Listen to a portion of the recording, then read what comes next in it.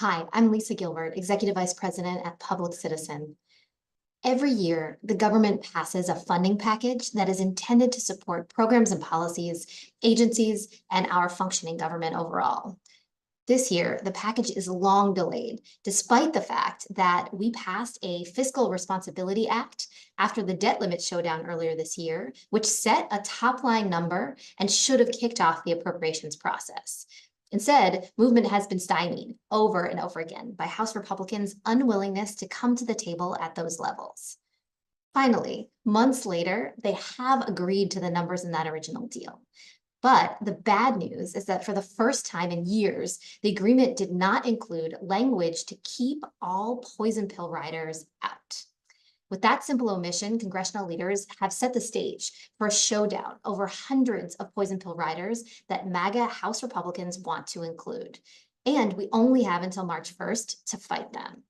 So, what are poison pill riders? They are toxic policy measures that have nothing to do with funding the government and really have no place in the annual spending bills. These unpopular policies couldn't pass via regular order, and they shouldn't ride along on must pass bills like appropriations. Additionally, once a poison pill embeds itself into an appropriations bill, it is almost impossible to get it out in future cycles. So, hugely damaging. House Republicans have added more than 560 poison pills, and they're fighting to get them in. These are riders that attack women, immigrants, people of color, the LGBTQ plus community, our environment, our financial system, our healthcare, our reproductive care, and much, much more. There's a seemingly endless list of outrageous and pernicious policies that they want to ride along, and we have to stop them. We must hold the line and keep all of the riders out. Greetings. My name is Greg Jefferson, and I'm a legislative representative at the AFL-CIO. The AFL-CIO is a federation of 60 national and international labor unions representing 12.5 million working people. During the appropriations process, past and present, we have adamantly opposed policy riders that attack workers' rights, safety and health, and retirement security.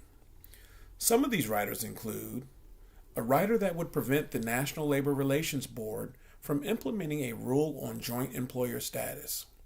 This is a significant rule that will ensure that workers have a real voice at the bargaining table when multiple companies control their working conditions.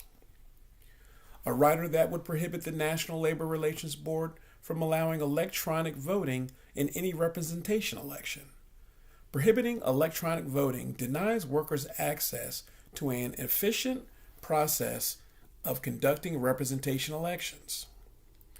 A rider that would delay or kill federal regulations creating a minimum national staffing standard for nursing homes participating in Medicare and Medicaid, a standard that works towards strengthening our long-term care system, preventing unnecessary worker injury and burnout, and giving working families a peace of mind that our loved ones will receive the high-quality care they deserve.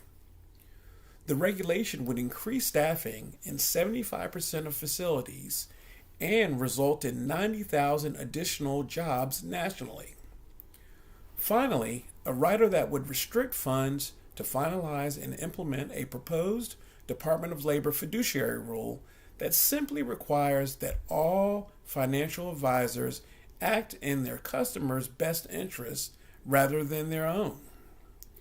Because of these policy riders, as well as hundreds of other destructive policy riders included in the 2024 appropriations bills, the AFL-CIO calls on Congress to reject all riders that go against public interest.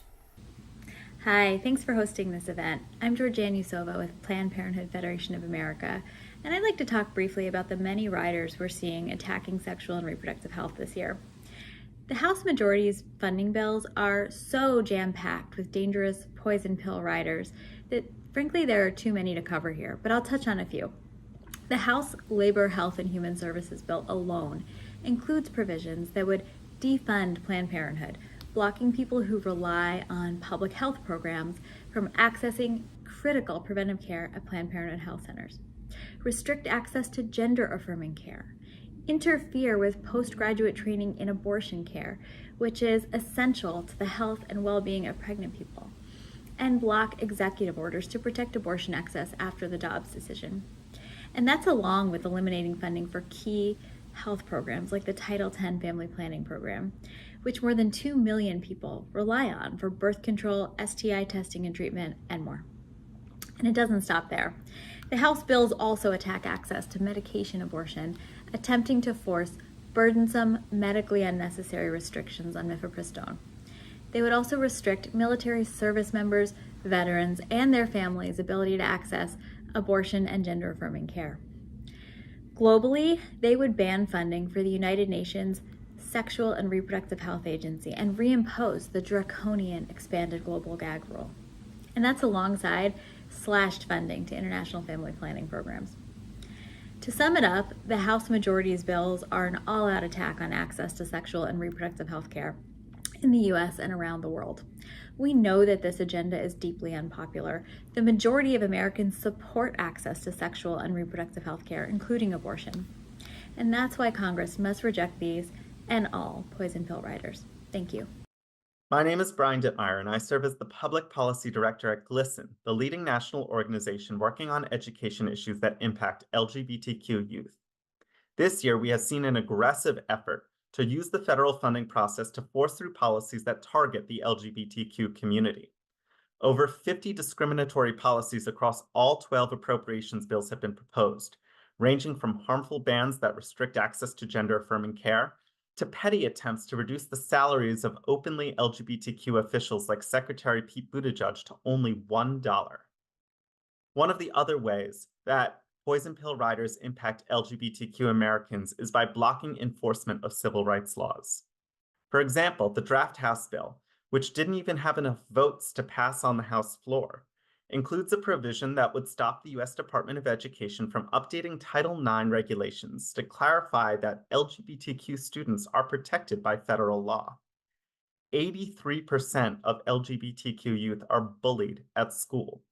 Proposed updates from the department would work to address underreporting of harassment and empower school administrators and educators with the tools they need to build a safe school climate for all. LGBTQ Americans are looking for a government that is responsive to their everyday needs. It's time to reject the politics of division and pass funding bills that build a brighter future for all.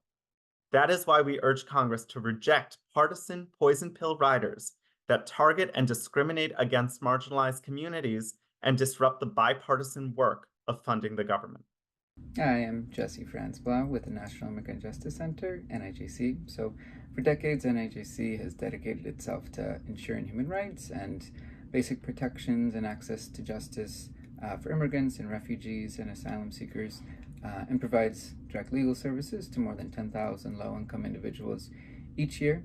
And on behalf of my colleagues and everyone who NIJC provides legal services for, I'm here today to talk about the government appropriations congressional funding bills that include really toxic poison pill riders related to immigration policy. So on top of the billions that are already appropriated for wasteful detention and surveillance and other punitive programs, the House Appropriations bills also include toxic provisions that would make it more difficult for asylum seekers and add layers of cruelty to the spending proposals already for ICE and Border Patrol. And so these provisions, these proposals, they would deny basic access to reproductive rights and gender-affirming care, and they also direct ICE to detain more people in immigration detention. These measures, they really have nothing to do with good governance, and instead they're designed to line the pockets of the private prison industry and at the expense of public resources and human rights. And so Congress should reject these anti-immigrant riders outright. Hi, my name is Natalia Renta, and I'm with Americans for Financial Reform. I want to talk to you about how politicians aligned with Wall Street and big corporations are trying to hold essential programs and services hostage to advance their own interests. Wall Street and big corporations have long been at war with the agencies tasked with being their watchdogs and protecting us as consumers and workers saving for retirement. We can't let them rig the congressional budgeting process to score a win for them at our expense. First, let's talk about an important agency protecting us from Wall Street abuses, the Consumer Financial Protection Bureau, often referred to as the CFPB. After many lost their homes in the wake of the 2008 financial crisis, Congress created this agency to protect us from banks and other financial institutions' predatory practices, so that the type of predatory lending that led to millions losing their homes never happens again. But ever since its creation, Wall Street has tried everything to weaken and destroy the CFPB, including by taking a challenge to its funding structure all the way to the Supreme Court. And since they don't like to waste any opportunity to take a hit at the CFPB, politicians siding with Wall Street are trying to attach poison pill language that would weaken the agency, including restructuring it to make it less effective and stopping it from fighting bank discrimination against small businesses owned by women and people of color. They have also attacked another important agency, the Securities and Exchange Commission, which protects everyday investors and workers saving for retirement from Wall Street abuses. Wall Street and big corporations have also long targeted this agency, trying to stop it from requiring companies to share vital information investors need to safeguard their money. They have also sued the agency many times to try to limit the reach of its power. Through the budget process, politicians aligned with Wall Street are trying to attach language to stop rules designed to protect our retirement savings, including rules that would protect our savings from climate risks and give us more information about how corporations treat workers. We call on Congress to reject these and all other poison pills. Hi, I'm Debbie Weinstein with the Coalition on Human Needs. Our member organizations, representing many thousands nationwide, are impatiently waiting for Congress to agree on funding for vital services. Congress is months late and should be laser focused on providing enough so that people who need help can get it. Babies, children, people with disabilities, the aging. But there are some in Congress who would rather jam up funding bills with poison pill riders, extreme provisions that wouldn't get a majority vote on their own. I'll just mention a poisonous few. One rider would require the Census Bureau to exclude people from state population counts depending on their immigrant status. That's unconstitutional. Every person must be counted. Leaving people out will deny federal dollars to states and undemocratically skew voting representation. Other poison pills would block civil rights protections against discrimination by race and gender and deny asylum to desperate people. Special interests even want to stop the IRS from providing a free tax filing service. Another poison pill would set up a fiscal commission to fast-track cuts to programs like Social Security, Medicaid, Medicare, and SNAP food aid, despite the public's strong support for these programs. Here's what we're telling Congress. Say no to an extremist minority using poison pill riders to cut, block, and shut down. Do your job. Pass spending bills that invest in our future. My name is Aaron Johnson. I'm a policy co-director at the Rural Advancement Foundation International. For decades, RAFI has partnered with contract poultry growers who are harmed by deceptive and unfair contracts, retaliatory contract terminations, and other forms of corporate power abuse within the poultry industry. Over the past few years, the administration has at long last begun to address their concerns by issuing new rules under the Packers and Stockyards Act that would require more transparent contracting practices and strengthen protections against retaliation against growers. The first of these rules just went into effect on February 12th of this year, and poultry corporations are already being forced to be more honest with their growers about the contracts that they offer. However, the poultry industry and their allies in Congress are seeking to completely derail the administration's important rules with a policy rider attached to the House Agriculture Appropriations budget. The rider would both roll back rules that USDA has or is about to finalize, as well as prevent USDA from any future rulemaking. This rider is a poison pill that should be rejected. Instead of running interference for corporations that are afraid of basic transparency, Congress should have the backs of farmers and ranchers all across our country. Hi, my name is David Shadburn, and I'm a senior government affairs advocate with the League of Conservation Voters. 2023 was the hottest year ever. We saw historic heat waves, horrific flooding, and noxious wildfire smoke that forced people indoors thousands of miles away from the actual fires. We've all seen these drastic climate impacts. So how do the extreme MAGA Republicans in Congress respond? They spend the entire year trying to pass spending bills with draconian cuts to basic environmental protections. They load these bills up with more than 200 unpopular, poison pill, anti-environmental policy riders that attack environmental justice, public health, conservation, clean energy deployment, and so much more. The bill that is supposed to fund environmental protection includes riders mandating oil and gas drilling, prohibiting executive action on climate change, dooming imperiled species to extinction, and blocking all environmental justice activities in federal agencies.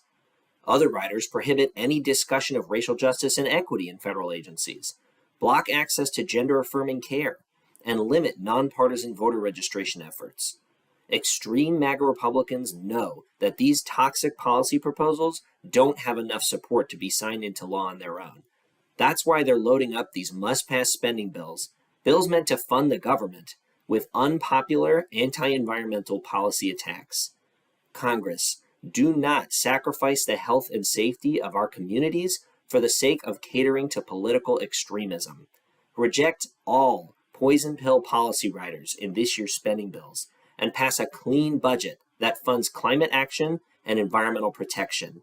Allow these agencies to do their jobs to protect our environment, our climate, and our communities. Thank you. The laundry list of despicable policy being pushed by MAGA House Republicans has no place in the annual spending package. We need to fund the government, and we need to do it cleanly without attaching inappropriate policy. Congress and the White House need to hold the line and keep these poison pills out.